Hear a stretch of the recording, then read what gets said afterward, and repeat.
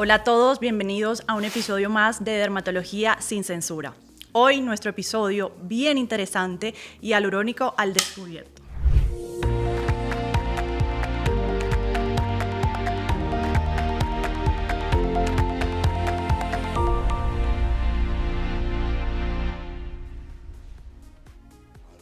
Hola chicas, bienvenidas a un episodio más. Hoy vamos a hablar absolutamente todo sobre el ácido hialurónico, porque sí, porque no, cuándo, cómo.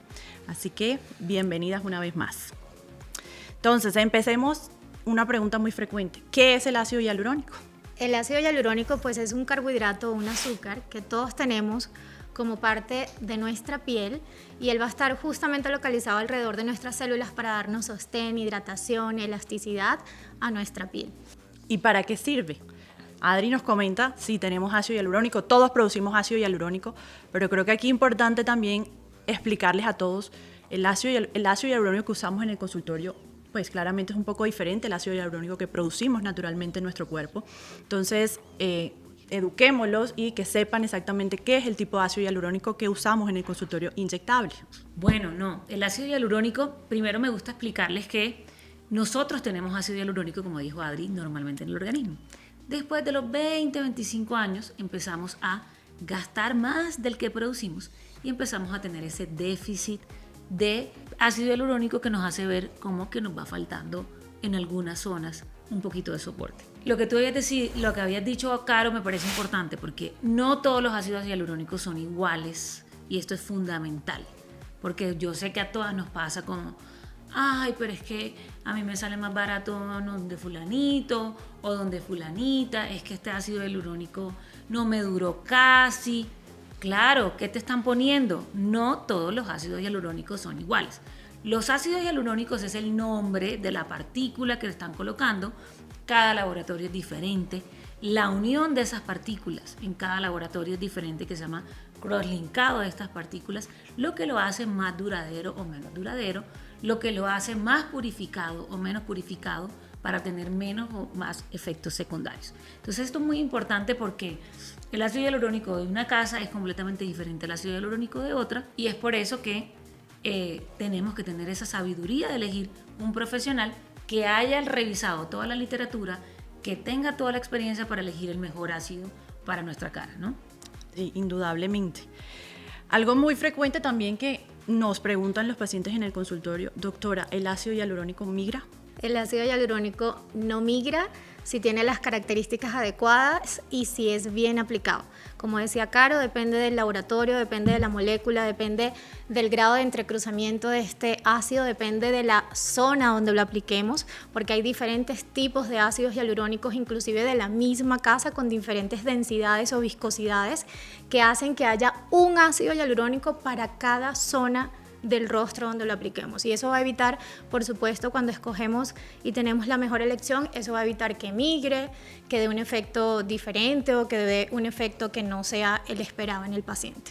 Así es supremamente importante porque cada uno de los ácidos va a ocupar si es en las capas de la piel. Nosotros en la piel tenemos varias capas, como en la dermis, la epidermis y la hipodermis. Si vamos a usar un ácido hialurónico no reticulado, que es solo para hidratar la piel en una capa profunda, no nos va a hacer ningún efecto.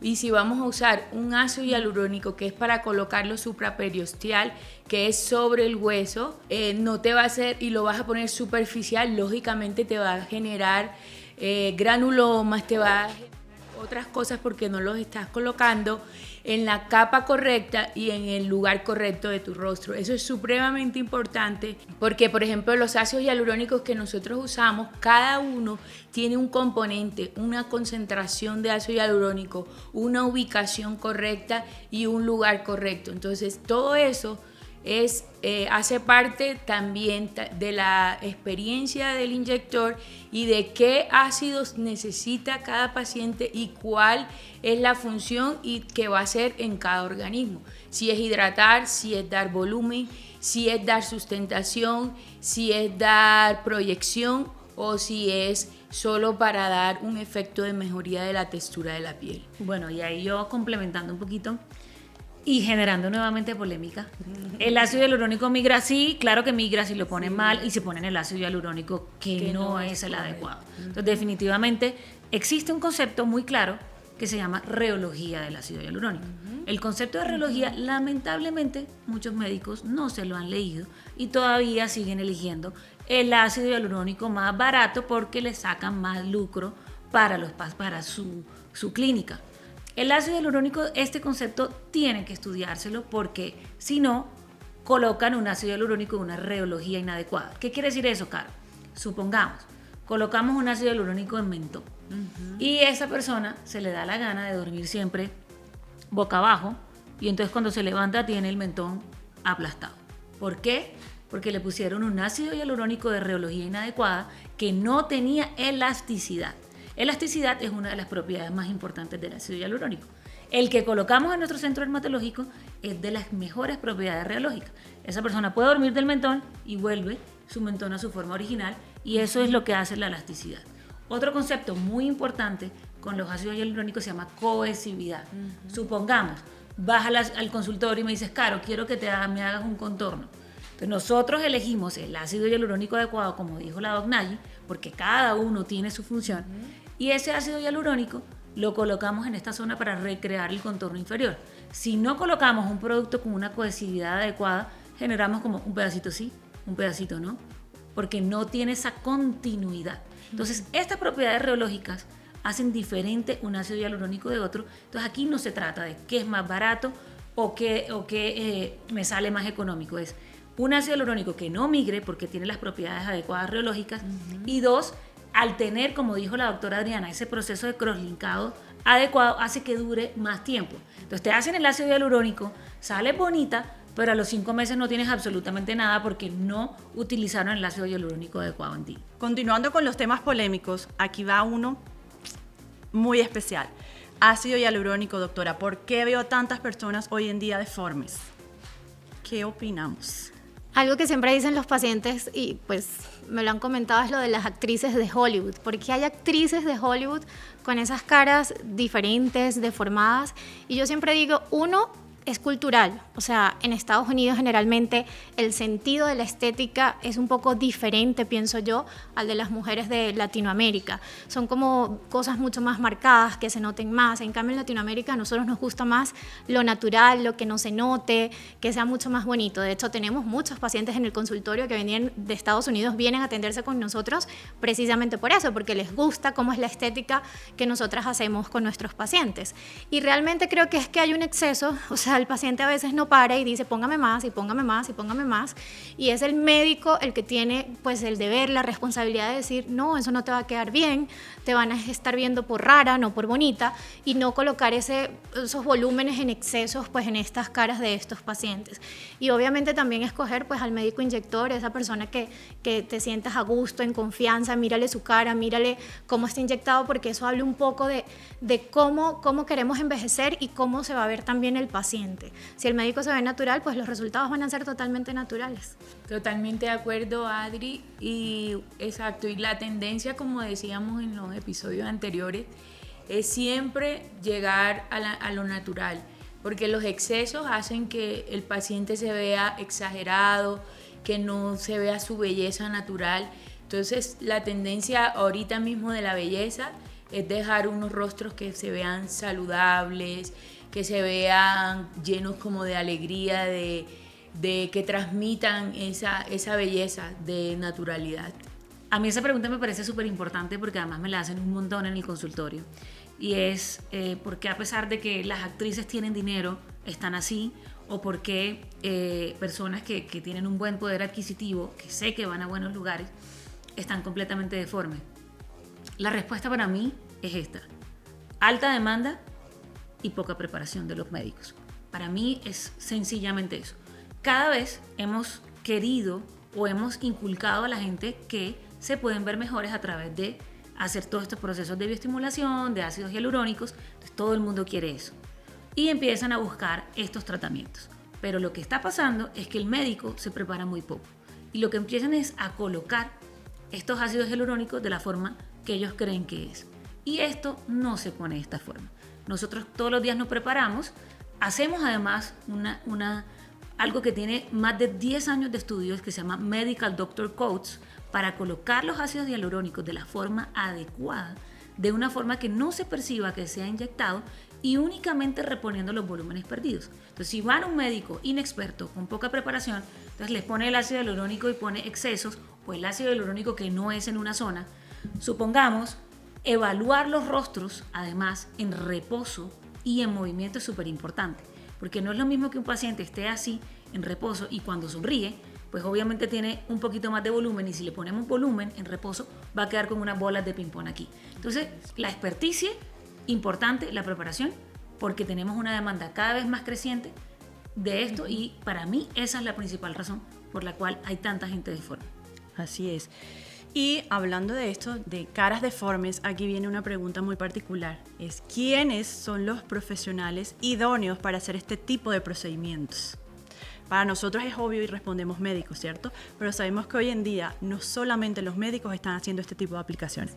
Entonces yo quiero que ustedes nos digan quiénes son el personal idóneo para hacer estas aplicaciones. Las personas idóneas para inyectar son un médico con especialización en dermatología, medicina estética, cirugía plástica, que tengan un entrenamiento y sepan en qué área se va a aplicar y sobre todo, como ha dicho Caro, saber la anatomía de nuestro rostro, de la parte corporal también, para saber exactamente de no aplicar en zonas que sean de alto riesgo y que tengan complicaciones a futuras.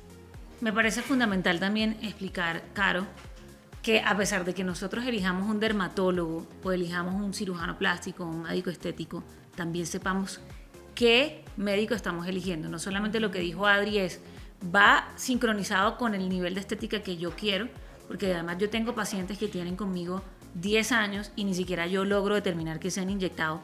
Me toca revisar la historia porque, modestia aparte, está tan bien hecho que no se nota que están inyectados, sino que además que pasa mucho que van y buscan un médico dermatólogo o un médico inyectólogo de bajo nivel, o que no se prepara, o que saben que está poniendo todo muy económico, no saben qué le ponen, pero cuando se complican, vienen donde nosotros. Entonces, para mí, el criterio de selección es, ¿con qué médico te tratarías si tú te complicaras? Si ese médico somos nosotros, entonces con ese médico es que te tienes que inyectar.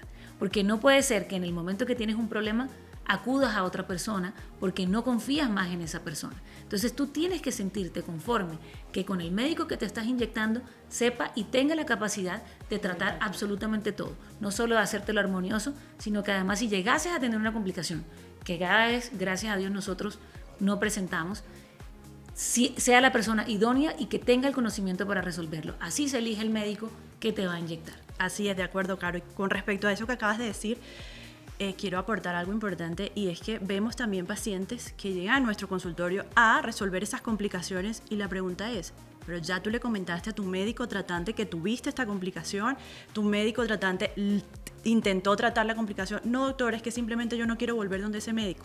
Entonces es muy valioso lo que dice Caro.